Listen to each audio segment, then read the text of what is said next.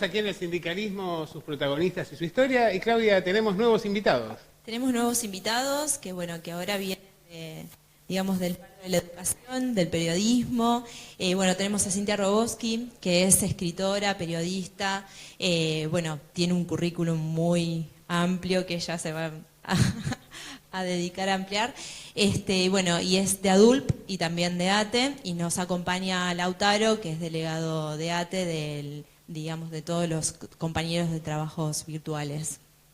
Muy bien. Parece que tuvieron un día bastante agitado hoy, ¿no? Cintia.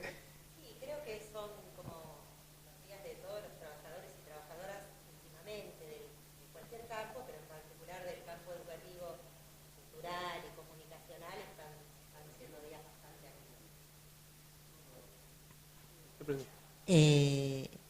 Así que sí, una jornada, yo no soy de acá de Buenos Aires, vivo en La Plata, estuvimos una actividad en la Feria del Libro, en la Escuela Itinerante, una extraordinaria charla del movimiento pedagógico latinoamericano, que estuvo el compañero Hugo Yasky, Adriana Puigros, Sonia Leso, Miguel Dualde y varios compañeros del colectivo de trabajadores virtuales en ATE, bueno, maestros, maestras, profesores, y también una actividad en la Feria del Libro.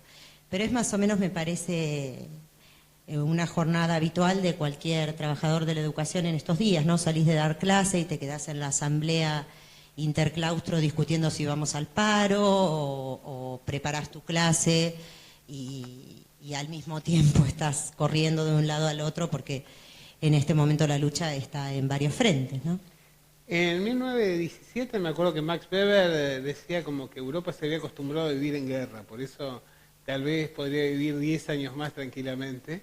Y nos estamos acostumbrando nosotros también a esto, es decir, porque veo que la carpa itinerante tiene un conjunto de actividades, se multiplican o se replican en la Feria del Libro, tenemos un cronograma de acción, pero en términos concretos de la respuesta del gobierno y también en términos de avance de la cuestión paritaria, no se registran realmente hitos o puntos significativos, ¿no? Mira, vos hiciste una referencia a Weber y yo, digo, si tengo que pensar en esa trayectoria, también creo que desde todo lo que fue el siglo XX a la fecha, ahora también estamos en un escenario de guerra global, regional y local en cierta forma, pero creo que se puede trazar alguna línea con continuidades y discontinuidades entre lo que fue desde el retorno de la democracia, la lucha de los sindicatos de la educación, y cuando digo educación lo digo en un sentido amplio. Para mí los trabajadores de educación somos todos los que somos trabajadores del sistema de educación formal, desde nivel inicial a superior universitario, no universitario, terciario, hasta los compañeros, por ejemplo, de ATE, porque también la gestión y la administración de la educación es parte del trabajo educativo, pero esa línea nos puede ubicar desde lo que fue la Carpa Blanca y todo lo que se consiguió a partir de esa lucha, que me parece que es un piso. Hoy Hugo Yasky hablaba de cuando se conformó CETERA, en el año 73, si no me equivoco, donde se hizo el salto de el significante del apostolado, los docentes como apóstoles o como sacerdotes de la educación, ¿no? En el discurso liberal clásico, neoliberal siglo XX, en ese momento que se configura este nuevo significante, que somos trabajadores y trabajadoras de la educación.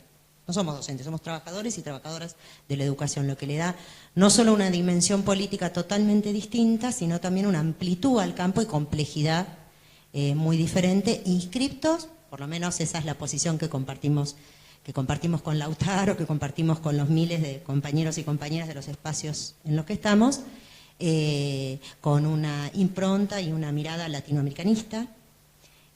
Así que la lucha no es solamente en la coyuntura local, que se ha agudizado, sino que, bueno, son procesos donde por momentos habíamos logrado ciertos avances que nos están intentando hacer retroceder y que no vamos a permitir que eso suceda, porque el piso ya subió, digamos, de derechos, Y me parece que la escuela itinerante de algún modo es un símbolo de esa lucha.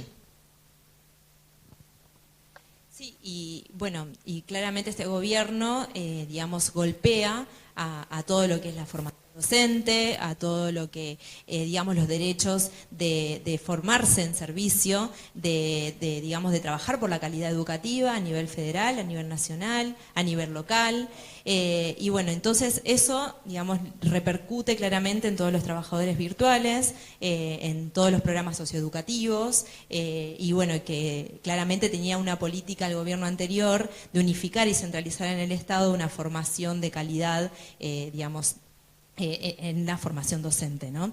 Y cómo están llevando adelante la lucha de los virtuales, porque en un momento fue muy clara y muy fuerte, pero también, digamos, como que las luchas también se van como desdibujando o se van apagando. Entonces, ¿cómo es eso, Lautaro? Antes de que conteste, yo te pediría que aclararas qué son los virtuales para el público, porque, bueno, todos son especialistas en educación aquí, pero a lo mejor quienes lo están mirando no lo saben. Bueno, buenas noches. En primer lugar, los virtuales en realidad es una manera de decir, son en realidad trabajadores de entornos virtuales, trabajadores del Estado, porque en realidad son trabajadores estatales, de entornos virtuales con funciones docentes, fundamentalmente. Lo cual hay un abanico muy grande de roles y figuras al interior de toda esa práctica laboral y pedagógica, desde la gestión hasta estar a cargo de aulas virtuales. Que es un rol complejo, muy también desde estos tiempos, porque además también hay que pensar que la actualización de las formas laborales es algo constante y sin embargo también implica nuevos desafíos sindicales. Cómo construir una identidad de trabajo, esto que también mencionaba Cintia de alguna manera respecto de construirnos como trabajadores o trabajadoras, y los entornos virtuales particularmente implican nuevos desafíos. En parte porque es un tipo de trabajo no regulado, entonces esta situación nos encontró con el macrismo en una situación de lucha y defensa, no solo de los puestos laborales, sino además de, me parece una idea de fondo que tiene que ver con el modelo educativo que se está construyendo ahora, que es el horizonte de derecho en la política pública, que es lo que en este momento se está tirando abajo. No hay un horizonte de derecho y creo que eso, sin ese rumbo, sin ese horizonte, todos los puestos de trabajo están en cuestión. Y más aún los puestos de trabajo de los trabajadores y trabajadoras en entornos virtuales, que nosotros le decimos, para simplificar, los trabajadores virtuales. En la primera parte del programa vimos un video con distintas posiciones respecto del viaje de Mauricio Macri. Ahora me gustaría ver un poco la contracara, ¿no? ¿Cuáles fueron los anuncios que se hicieron ayer en los Estados Unidos respecto de políticas públicas que nos sorprenderían realmente en el contexto actual? Le pregunto ahí a la directora si podemos verlo. Vamos a reducir impuestos y simplificar el código tributario. Tomando los 7 niveles que tenemos ahora, iba a haber 3 niveles de 10%, 25% y 35%. Vamos a duplicar la deducción normal, de modo que una pareja no va a pagar impuestos en los primeros $24,000 que ganan. Así que esencialmente estamos creando una tasa tributaria de 0 para los primeros $25,000 de una pareja. Además, esto lleva a una simplificación, porque menos contribuyentes van a tener que dar renglones. Familias en este país también se beneficiarán de este alivio tributario con sus gastos de cuidado infantil. Vamos a revocar el impuesto mínimo alternativo, que requería que los contribuyentes hicieran sus impuestos 2 veces para ver cuál era mayor. Debe haber un código tributario sencillo. La generación de empleo y el crecimiento económico es la principal prioridad de este gobierno. Nada impulsa el crecimiento más que la inversión de capital. Por eso vamos a reducir las tasas tributarias para inversiones al 20%. Ese impuesto ha golpeado a las inversiones y a las pequeñas empresas. Vamos a revocar el impuesto de muerte, porque eso deja a la gente pequeña a gastar horas y recursos para asegurarse que sus hijos no tengan que pagar un enorme impuesto cuando ellos mueran. Nadie quiere ver que sus hijos tengan que vender la empresa de su familia para pagar este impuesto a la herencia. La propiedad, las beneficencias se protegerán, pero otros beneficios tributarios se eliminarán. No va a ser algo fácil. Hacer cosas grandes nunca es fácil. Nos van a atacar de la izquierda, nos van a atacar de la derecha, pero una cosa es cierta. Nunca apostaría en contra de este presidente, porque lo está haciendo por el pueblo de Estados Unidos. Hacer cosas grandes nunca es fácil, nos decían. Y de hecho, bueno, tratando de recuperar la economía norteamericana, ¿qué se hace? Se baja la tributación, hasta $25.000 no se paga, se baja el costo laboral también a partir de bajar la tributación de las empresas, se fomenta la producción y el empleo tratando de revertir el proceso de una economía que estaba totalmente enfriada en los Estados Unidos. Entonces, esencialmente vemos como las dos caras de la moneda, ¿no? Vemos, de un lado, un intento por tener una mayor presión tributaria, por incrementar la recaudación. El otro día teníamos aquí un empresario que nos comentaba que de cada 100 pesos que se pagaban en concepto salarial, terminaba llegando al bolsillo del trabajador cerca del 33%, ¿no? Es decir, no llegaba más de 33 o 34, producto de los impuestos, de las regulaciones, del IVA y demás. Y aquí lo que estamos viendo es que en Estados Unidos, de alguna manera, está llevando adelante un programa que yo no le diría peronista, pero que tiene bastante que ver con aquellas políticas keynesianas de los años 30. Ponerle dinero en el bolsillo a la gente, tratar de bajar los impuestos y dejar que la economía funcione, básicamente a partir del consumo y el desarrollo del mercado interno.